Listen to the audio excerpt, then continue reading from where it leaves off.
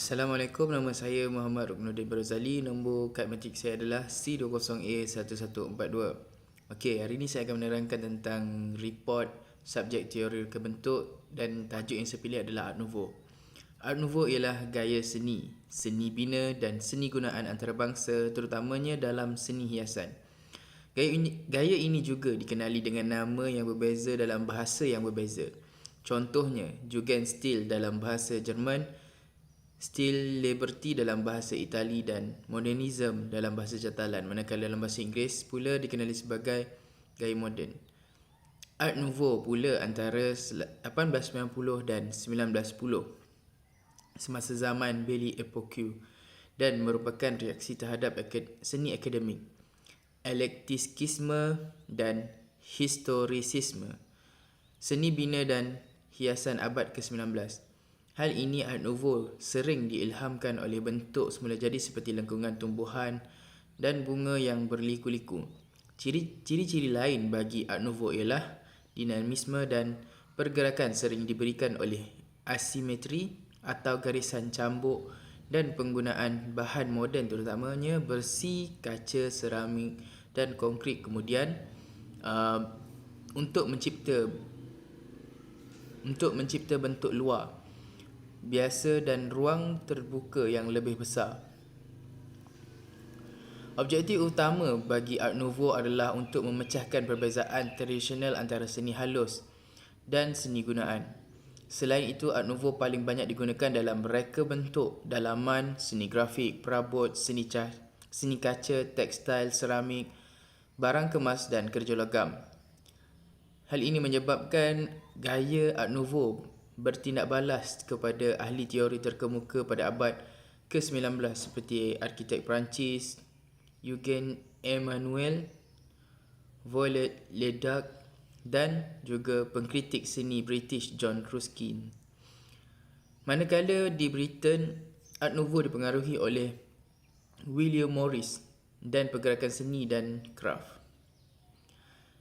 Arkitek dan pereka Jerman mencari Gesamtkunstwerk yang membawa maksud kerja keseluruhan seni yang menaikkan semangat rohani yang akan menyatukan seni bina perabot dan seni di pendalaman dalam gaya yang sama. Hal ini untuk menaikkan dan memberi inspirasi kepada penduduk. Selain itu, rumah pertama yang berkonsepkan Art Nouveau dan hiasan dalaman adalah di Brussels pada tahun 1890-an. Seni bina dan reka bentuk dalaman rumah direka oleh Paul Hanka, Harry van de Wilde dan terutamanya di Victor Horta yang Hotel Texel telah siap pada tahun 1893.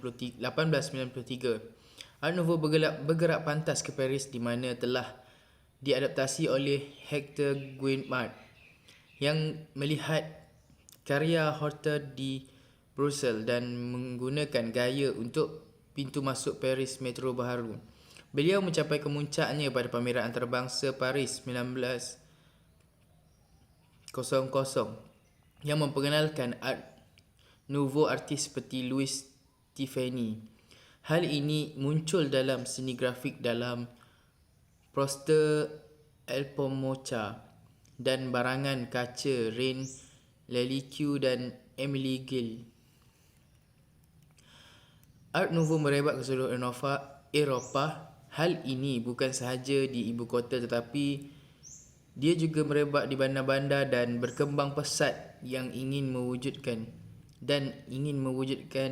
identiti artistik serta di pusat-pusat pergerakan kemerdekaan yang ketika itu sebahagian daripada Empire Rusia, Barcelona di Catalonia, Spanyol. Pada 1914 bermulanya Perang Dunia Pertama, Art Nouveau sebahagian besarnya keletihan.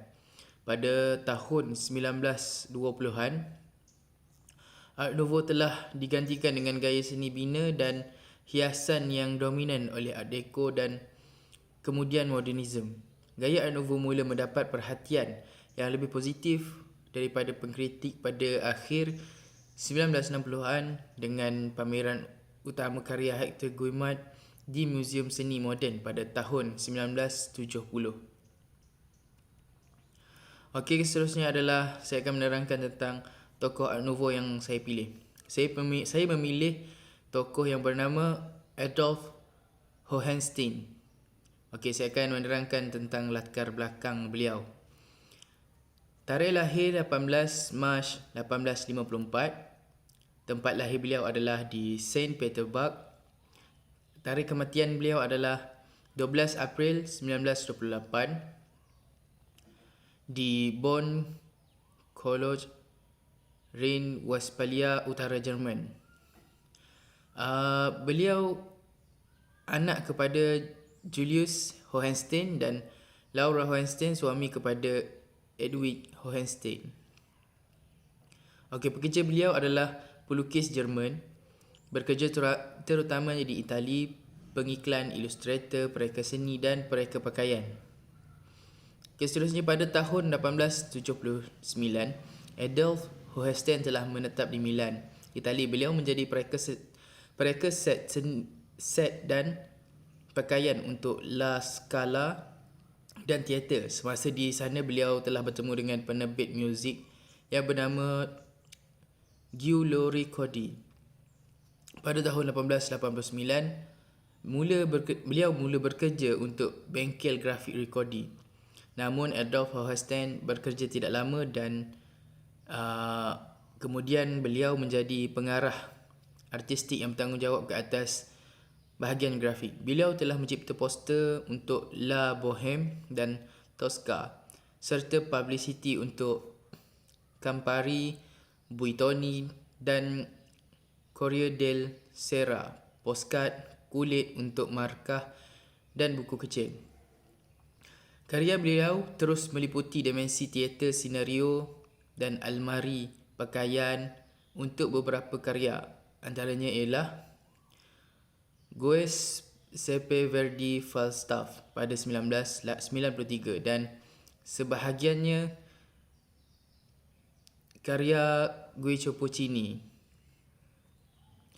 Okey, seterusnya adalah pada tahun 1900-an, selepas beliau berkahwin dengan Katerina Plaskuda, beliau telah mengembara lebih kerap antara Itali dan Jerman sehingga 1906.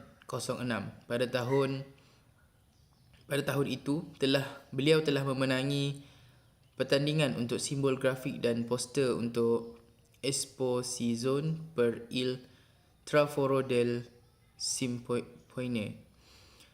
Seterusnya beliau meninggalkan Milan, berhijrah ke Bonn, Dusseldorf secara muktamad. Beliau menetap di Bonn pada tahun 1918. Beliau kebanyakan terlibat sebagai pelukis dan terlibat dalam desain banyak bangunan. Contoh yang pertama hasil desain beliau ialah konkrit bertertulang yang dibina di Rainier 1911.